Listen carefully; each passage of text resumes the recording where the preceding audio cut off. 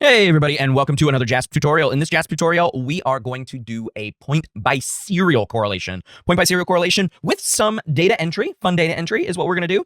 So go ahead, strap in, and let's do it. Now, this isn't going to be a very lengthy video because guess what? Point biserial correlation is the same procedure as a Pearson correlation. It's all under the same correlation menu under regression, and so we just check a box to get it. Importantly, as I do with all of my tutorials, is I explain not only how to do it in the program itself, but a little bit of the data setup, why the data is set up that way, and an explanation of the outcome that we see in the results section. Before we continue, I am using JASP 0.19.3, which came out in January of 2025, and which is the current thing. Hopefully we get some new features coming up soon. I haven't actually held my ear to the floor just yet, but I'm sure they've got some great stuff cooking, and you can see who supports them. I love how they've added so many things to this splash screen. Not only do we have the support, open a data file and take JASP for a spin, but we have links to reporting bugs, links to requesting features, asking a question in the forums, and then just going to their website. Really useful stuff just on the main screen here.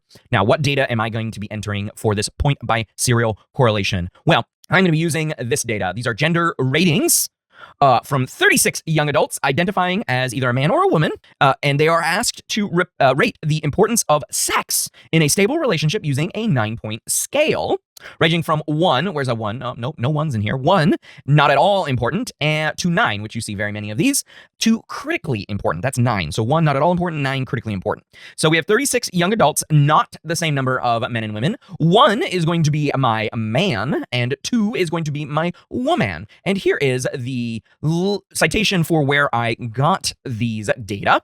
This is from James McDougall's self-published book called Mastering Statistics with JASP. In its 2nd edition, came out last year, and he kindly sent me a version because I am in the JASP community, and these videos and all sorts of things, sharing stuff on social media, blah, blah, blah, all that stuff. So James sent me this book. I appreciate it, and I just want to go ahead and discuss how to use this point biserial data to explore this statistic. Okay, so what we're going to do is we could upload this, we could open this as a CSV file, but I've got this citation in here, and I want to keep the citation in here, and so we're just going to copy and paste. We're gonna do what is called new data, which opens up a new data file, completely empty. And as of last year, it was the year before, I think in 2023 or 2022, JASP got a fully integrated data editor.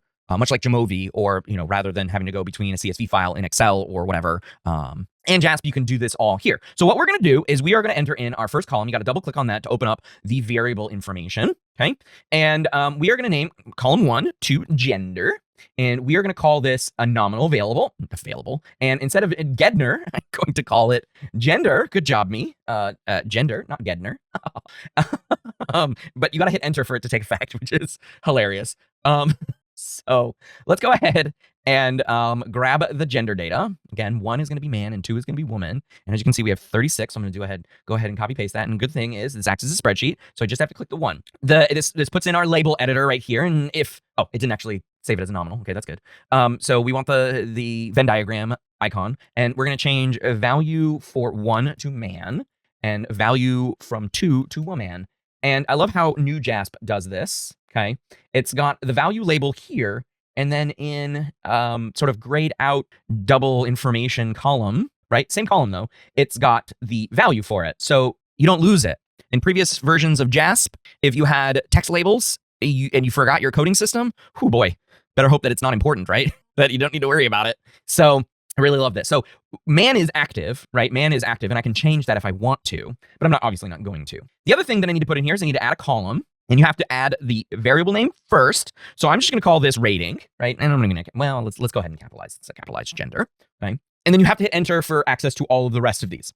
Now, this is technically an ordinal variable. In my Spearman's Row video, I explained that there's a debate between statisticians, psychologists, and anyone who uses a Likert scale variable in a interval sense is being told that it's not an interval variable. Theoretically, it's an ordinal variable because we don't really know the distance between the values on an ordinal or a Likert scale, right? And so is it a true 1 and 2 are on this scale? Are they really 1 point apart? And is that difference the same as 2 to 3, 3 to 4, all the way up to 8 to 9? And is 9 versus 1 9 times the importance, right? So we only have 2 anchors here, not at all important and critically important. And I suppose you could label the midpoint as neither important nor unimportant. I don't know. It's very strange. And so this would technically need to be an ordinal scale, but a lot of people just leave this as an interval ratio scale that you can do all of the parametric statistics on. Point biserial is not a parametric statistic, but we have to use point biserial anyways because one of our variables is the categorical. So me setting this to scale or ordinal in JASP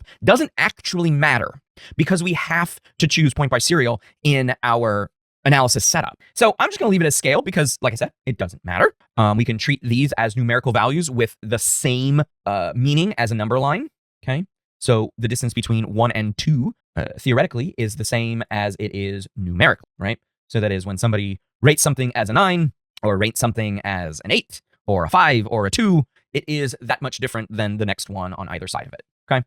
So a 5 is the same as somebody rating a 6 or a 4 in magnitude. So that's why we're setting it like that, okay? And because I had a transcription error in the last one, I'm gonna go ahead and make sure that I have the right values here. All right, so we can go ahead and close this window by hitting X there, and we've got all of our data. Now, if I wanted to add another variable, I'd add a column here, and so on and so forth.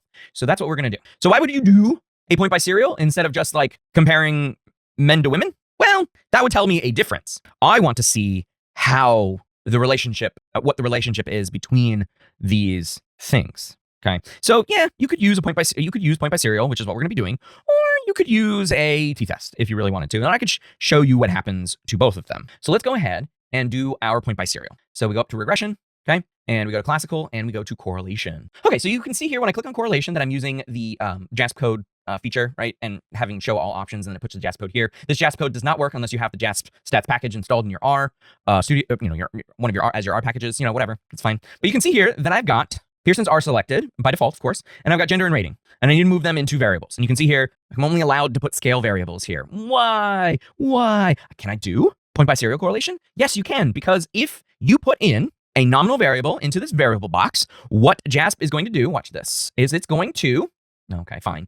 So I can put rating in there, yay. What's it going to do? It's going to change this to an asterisk, a little star, and it's going to call it a scale variable, even though it's not really, right? And as if you hover over it, see, if I hover over, I don't know why it's not showing me. There we go. So if I hover over a normal scale variable, it doesn't really give me any information, but I'm hovering over this and it says there are 2 total levels, of which 2 have a numeric value. As a scale, it looks like 1, 1, 1, 1, 1, 1, dot, dot, dot. And you can imagine the rest of the dot, dot, dot says 2s, right? And so it can regress, which is what this is showing you, do a correlation on rating and gender, okay? And so it's going to put Pearson's R in this table, but it's actually reporting RPB sub PB, which stands for point biserial, and that's what this value is.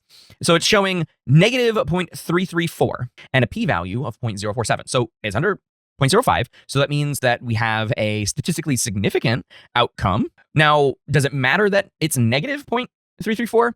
No. The sign doesn't matter for point biserial. It matters how the categorical variable was coded and the fact that there are a few more women in this sample than there are men. So it ends up making a negative. And I can show you that by clicking on the scatter plot. Okay.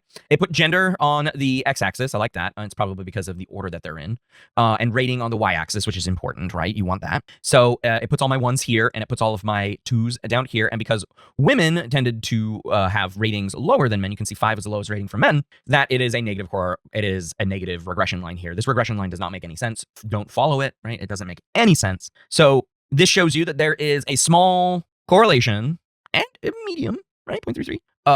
Between gender and rating. Now I want to show you what this looks like by doing a t-test, because we have a gender, so why not do, and it's coded as 2 groups, so why not do an independent samples t-test? Sure, why not? So let's go ahead and put gender in my grouping variable and rating in my dependent variable. Let's just go ahead and get student t, okay? And we end up with a t of 2.064, and look at that p-value. It's the same exact p-value. Wow, that's pretty cool. And essentially, these 2 tests are doing the same, okay? This point biserial Pearson's R is the same outcome as this t-test of 2.064. There you go. That's what a point biserial is. And unlike Spearman's row, you can use point biserial correlations just like you can with independent samples t-tests by using hypothesis testing, right? So that means you can get an effect size when you square a point biserial. So if we were to square 0.33, it will tell us the practical importance between the 2 samples, right? So that 0.33 squared times 0.33 is 0.11. Yeah, there we go. That's raycast, by the way. And if I were to grab the effect size here, you can see that Cohen's D is not the same value. So they are not the same thing, okay? Not the same thing. Nor are Glass's delta or Hedges G. So I just want to be clear that those are two different outcomes, right? So Cohen's D is telling you the standard deviation distance between the two means, and Pearson's R slash point biserial squared is telling you how much shared variance is between the two variables. So just a little bit of difference for you on those two things. And so that's how you do a point biserial correlation in JASP. If you have any comments, questions, or other feedback, please leave those in the comment section down below. Thanks for watching this video. I'll see you in the next one. Bye.